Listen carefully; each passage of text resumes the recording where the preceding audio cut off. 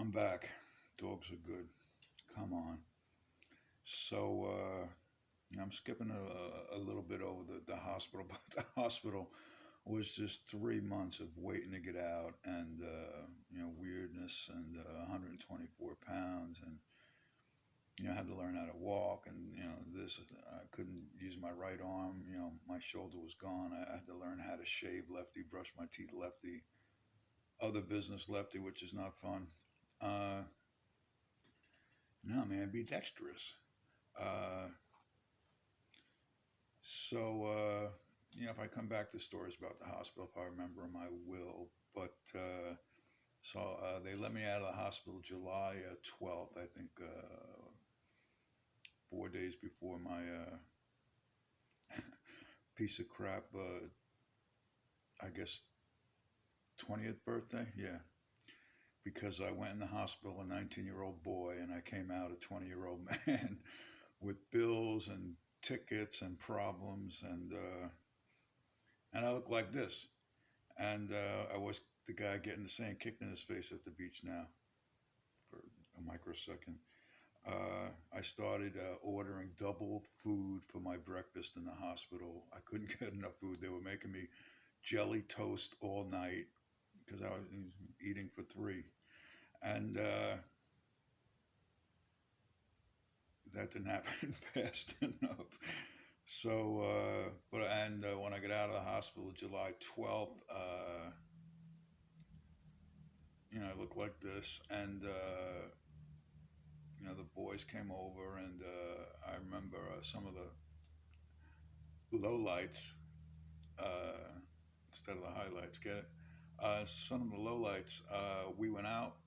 I tried to go out and hang one night after being out a few days or something, and went to somebody's house in uh, in in Strathmore somewhere. I forget who, and we all sat around drinking beers. We were going out to see a band, a Harlequin or Essence or something in Hammerheads or something in Bayshore, and I Islip. And so I had a couple of beers at this house, and then Spider was there, and then we get in the cars, and we smoked some hash, weed's evil cousin, because you never know what that is all the time, and we smoked some hash and some weed and drank some beers, and I'm thinking I'm back in the swing of things, and we go into this bar, and I hadn't stood up for more than 10 minutes, in the hospital for anything. So I should have been doing standing up, exercises at home, but nobody told me nothing. So we're at this bar and the band's starting, and I'm standing in the middle of the dance floor packed with people looking at the band, and for who knows how long. And my back was killing me. I didn't know what to do. All of a sudden, I'm looking up at the ceiling when you pass out. When you pass out, you don't remember the fall, but I must have went from standing upright to on my back. Check the back of my head for contusions. Because I was looking up and spiders in my face. BA, BA, BA, BA, BA. And, I had to get walked off the field at that point. And lesson being that don't do that. So let me look at my notes here. Passed out. Oh, and then the little girls next door, the Roger Senhouse's, God bless Roger and his mother Jerry, who was an old lady next door when I was a kid, and Jerry was cool, a little Italian lady next door. She used to, smoke cigarettes with us when we were like, 13 or 14, and she passed away, and I didn't cry, and I wondered why. Hmm. But so she had a son named Roger who eventually had the house, and his crazy wife Carol, and they had kids. And Roger rode a motorcycle. He let my dad try it one time, and my dad rode into the fence at Newfield High School. That was the last of my dad's motorcycle attempts. And Roger was cool. And why was I telling you this? Oh, so Roger's kids, little girls, Shirley Temple likes, came over and said, Bobby, while I was recovering at home at 35, they said, Bobby, and I had lost, Clutch, my dog, was allegedly, gone. And so the little girls next door sweetly came over and said, Hey, Bobby, they knocked on the door. The lady down the block had puppies. Do you want one? I said, Oh, aren't you the sweetest things? I said, You know what? Yes. As a matter of fact, I do. Great sales ladies, these little girls. And so I walked down the block down to South Larry on Rocco's Curve right there. And up under the bush of the tree, a dog had a litter. And the lady came out and I said, Hey, you giving away puppies? She's like, Yes, I am. Would you like one? I said, Yes, I would. So I looked under the bush and there was the litter and I picked out the fattest one. Guys always hoping for the big dog. And I picked him up and I named him Freddie, Ready Freddie, crazy little thing called. So that was cool. I took Freddie home and I never walked Freddie on a leash. He always ran along the side of me. He thought I was his mother. He never wanted to be separated from me. I understand the separation anxiety in the dogs now because maybe I took Freddie a little young before he was quite 12 weeks. He didn't have time to bond with his brothers and sisters and stuff, so he bonded with me. But that was cool. Uh, Freddie was my boy. I had him for 15 years. I have his name tattooed on my arm because when I lost him, me and Larry cried like girls because I had to put Freddie down. But Freddie had 15 great years. He slept under Robin Jarrett's bassinets without being told, although he was a little old and ornery by then. Went camping trips, gang fights with other dogs and stuff. One time I lost Freddie upstate in on Mount Moop, and we went out, me and the boys upstate. We came back, and Freddie was gone. He got out of the contraption we built to contain him, and I was heartbroken because we were up in the middle of Mount Bear or something, and Freddie didn't know where he was, so I'm all bummed out. We're walking around yelling, "Freddie, Freddie, Freddie, Freddie!" And nothing, nothing, nothing. Half hour, hour, fuck. So I was actually walking across the field on my way to call home and confess, get some sympathy that I lost Fred. I would like some symphony music right now because all of a sudden I hear this.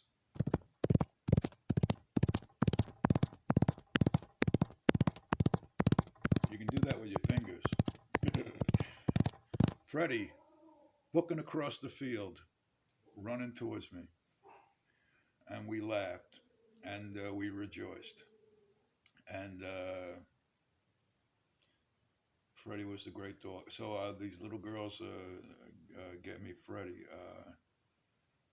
But I was still smoking. I started smoking cigarettes again, which was really stupid. Every time I wake up in the hospital after a couple of months, quit smoking. Uh, Come on.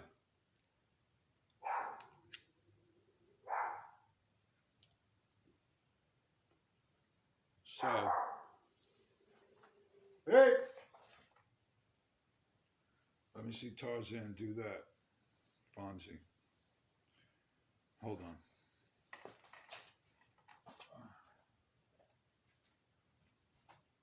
Cool it. Fonzie.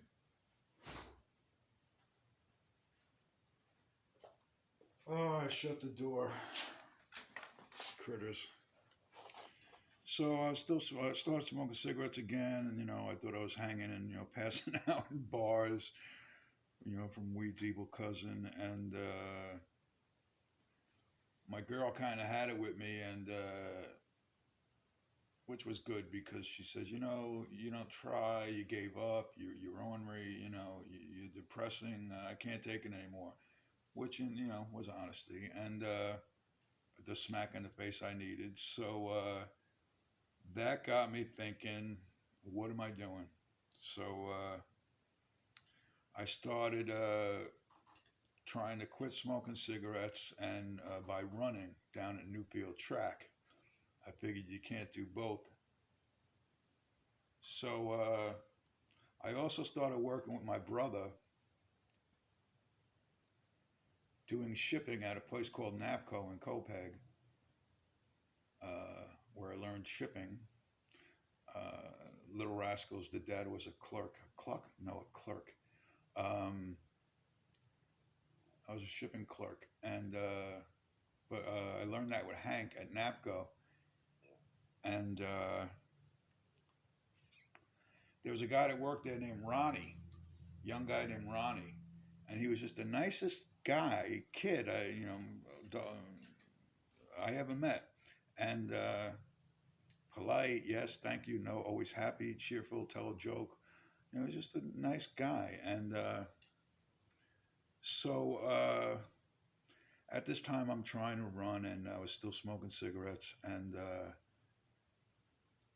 I says to Ronnie at work one day, I says, "Why are you so fucking nice?"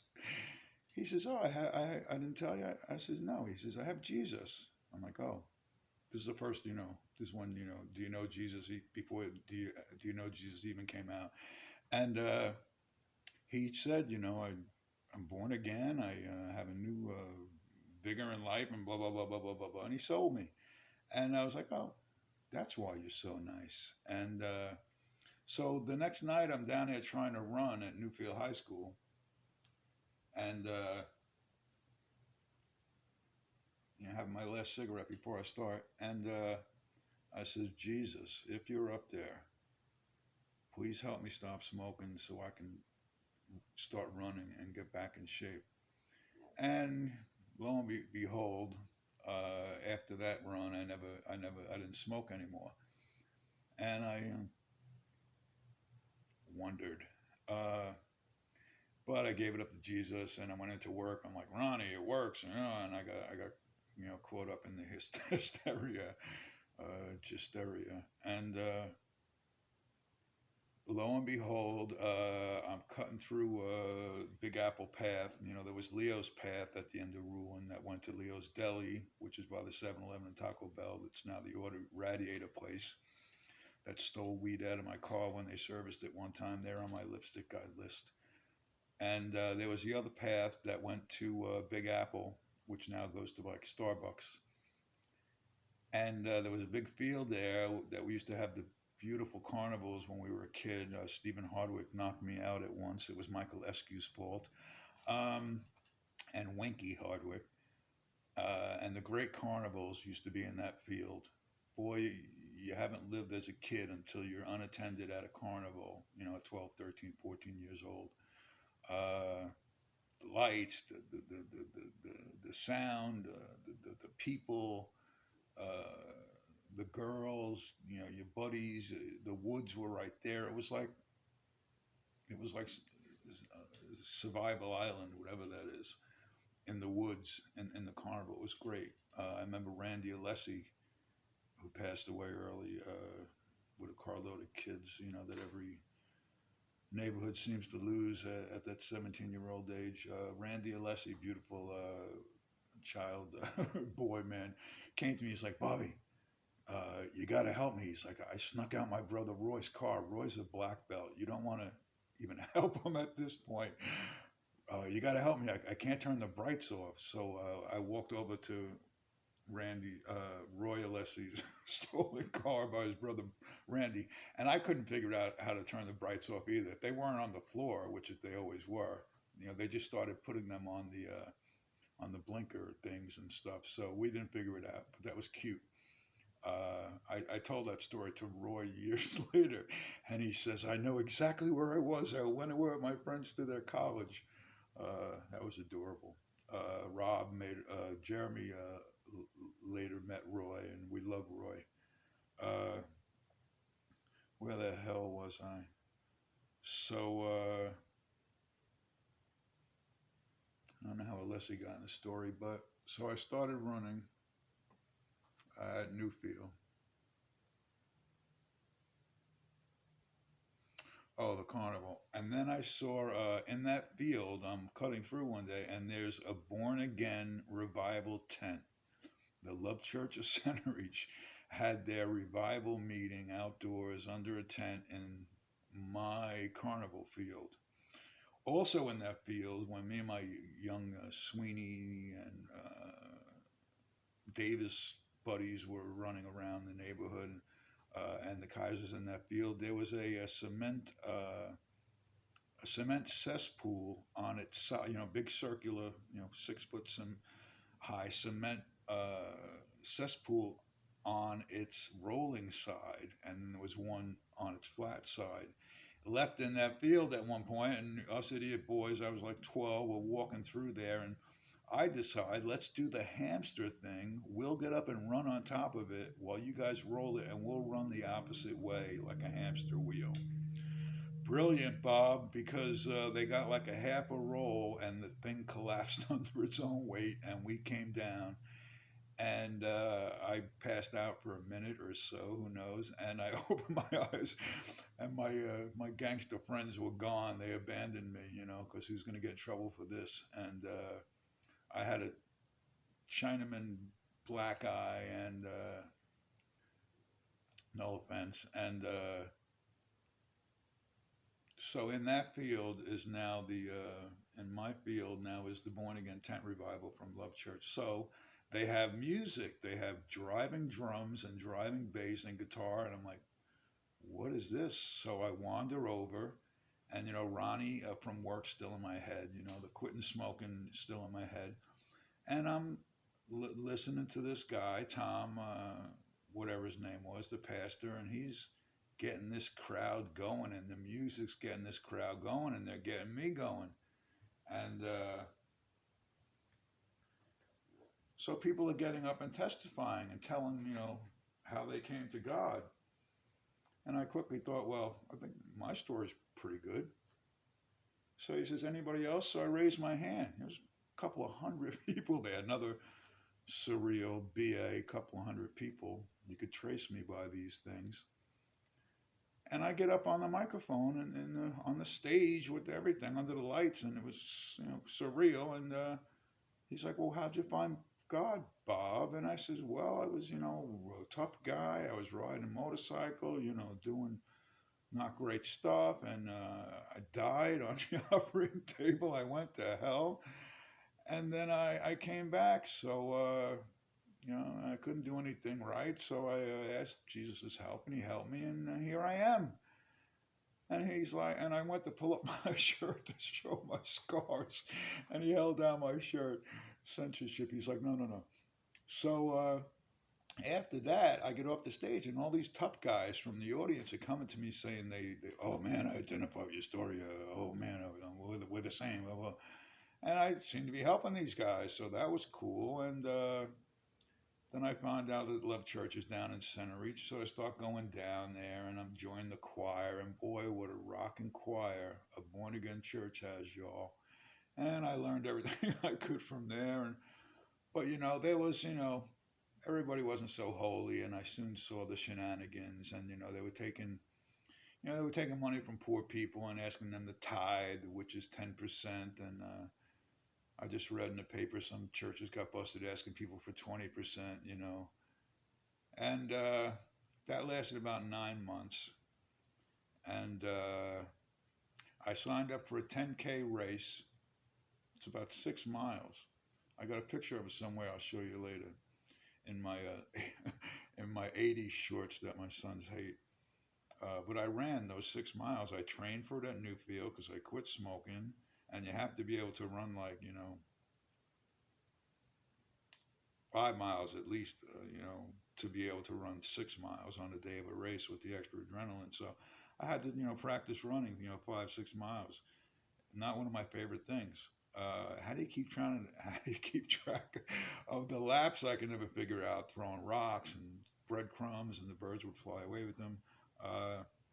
But I ran and ran and ran and quit smoking and started working out. Started hitting the gym. And my lawyer, Nick Bruckner, used to love to see me jogging on the side of the road because he loved a good comeback story. He heard Rocky music Nick Bruckner, love him, passed away. He used to hear Rocky music when he saw me running on the side of the road. And so I was working out, I was running, uh, and then my friend Larry asked me to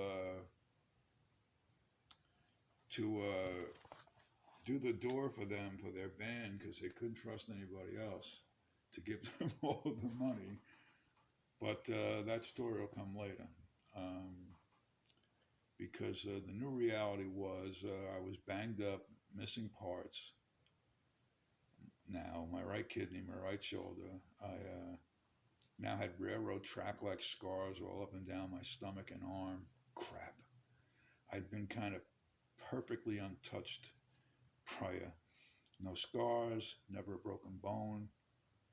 I drank so much milk. Ask mom, I was always just saving enough for her for one cup of tea the next morning as I had nightly bowl after bowls of cereal. I was never even stung by a bee. But now I've undone all that at once, except for the bee. I'm surprised one didn't fly through the open hospital window and get me. Gomez, remember when, that time the bee flew in my room? Gomez, yes, I do, you crazy bastard. Haha, I'm here all week. The reality really hit me the first time they got me out of the hospital bed and put me on a scale. 124 pounds. Nope. The scale is broken, I actually said to them. Silly coma boy, they thought, I think. Nope. Uh-uh. I was 195 pounds. WTF did 71 pounds go? That's like a third of my body weight. The Van Pattens say that if you lose three-quarters of it, there's no coming back from that. So I was in between a half and three-quarters, 0.66 if you will. Warning track. They also say that if your blood oxygen count gets down to 30%, again, permanent brain damage. Jury's in, mistrial. Well, mine got down to 31%. Warning track. The warning track's warning track, BA. Had We Are the Champion boys staring me down from my Queen poster above my ICU bed. I had Hank yelling at me. I had my family praying for me. I had 195 pounds to play with. You pick. Well, spared I was, barely. Okay. MTFBOI. Make the friggin' best of it. Again. So I had a new second birthday. VA. April 21st, 1980. Round 2. Begin. Tune in tomorrow, boys. Letter 93. Hope everybody's safe. Love you all. Bye.